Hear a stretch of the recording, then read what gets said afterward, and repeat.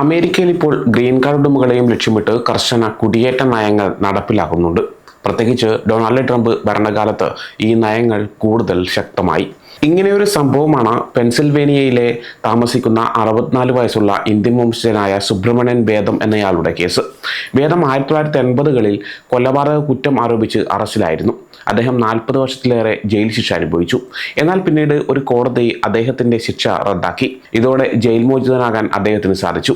പക്ഷേ ജയിൽ മോചിതനായ ഉടൻ തന്നെ ICE അദ്ദേഹത്തെ നാട് കടത്താനുള്ള നോട്ടീസ് പുറപ്പെടുവിച്ചു. വേദം ഒരു ഗ്രീൻ കാർഡ് ഉടമയായതുകൊണ്ട് അദ്ദേഹത്തിന്റെ പഴയ കുറ്റം വളരെ ഗൗരവമുള്ളതായി കണക്കാക്കുകയും നാട് കടത്തലിന് കാരണമാവുകയുമായിരുന്നു. അമേരിക്കയുടെ കുടിയേറ്റ ദേശീയതാ നിയമപ്രകാരം ഒരു ശിക്ഷ റദ്ദാക്കുകയോ മാപ്പ് നൽകുകയോ ചെയ്താലും അത് നാട് കടത്തലിന് കാരണമാകാം. ട്രംപ് ഭരണകൂടത്തിന്റെ ലക്ഷ്യം പരമാവധി കുടിയേറ്റക്കാരെ നാട് കടത്തുക എന്നതാണ്. 2025 ICEന് പഴയതും റദ്ദാക്കിയതുമായ ശിക്ഷകളുടെ പേരിൽ പോലും നടപടിയെടുക്കാൻ അധികാരം നൽകി.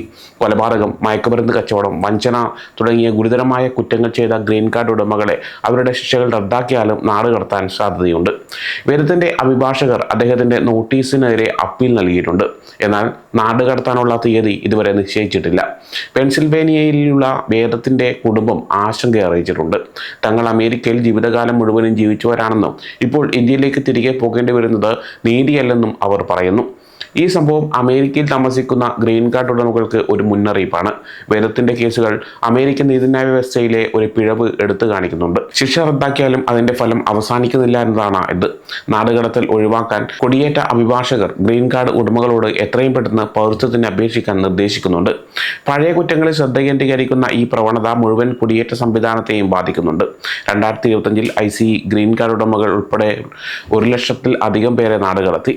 യൂറോപ്യൻ യൂണിയൻ പോലും അമേരിക്കയിലേക്ക് യാത്ര ചെയ്യുന്ന തങ്ങളുടെ പൗരന്മാർക്ക് പഴയ അനുഭവിച്ച ശിക്ഷകളുടെ പേരിൽ അറസ്റ്റിലായേക്കാമെന്ന മുന്നറിയിപ്പ് നൽകിയിട്ടുണ്ട്. അതേസമയം US ഫെഡറൽ വിദ്യാർത്ഥി വായ്പ എടുത്ത ലക്ഷക്കണക്കിന് ആളുകൾക്ക് വായ്പകളിൽ ഇളവ് ലഭിക്കുമെന്ന റിപ്പോർട്ടുണ്ട്.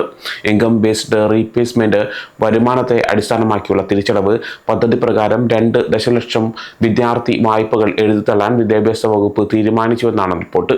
ഇത് വർഷങ്ങളായി തിരിച്ചടവ് നടത്തുന്നവർക്ക് വലിയ സാമ്പത്തിക ആശ്വാസം നൽകും. ഗവൺമെന്റ് ഷട്ട്ഡൌണിനെ തുടർന്ന് വായ്പാ ഇളവ് നിർത്തിവച്ചേക്കുമെന്ന് ഗുണഭോക്താക്കൾക്കിടയിൽ ആശങ്കയുണ്ടായിരുന്നു.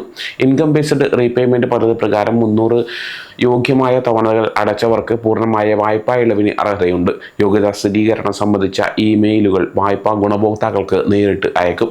ഇവയിൽ തുടർ നടപടിക്കുള്ള നിർദ്ദേശങ്ങളുണ്ടാകും. വായ്പാ ഇളവിന്റെ ഔദ്യോഗിക നടപടിക്രമങ്ങൾ ഒക്ടോബർ 21-ന് ശേഷം ആരംഭിക്കുമെന്നാണ് റിപ്പോർട്ട്. ലോൺ സർവീസർമാർ വരും ആഴ്ചകളിൽ അക്കൗണ്ടുകൾ അപ്ഡേറ്റ് ചെയ്യുമെന്ന് റിപ്പോർട്ടിൽ പറയുന്നുണ്ട്. അതേസമയം ഇളവ് വേണ്ടെന്ന് വെക്കാൻ തീരുമാനിക്കുന്നവർ ഒക്ടോബർ 21-ന് മുമ്പ് ലോൺ സർവീസറുമായി ബന്ധപ്പെടണം.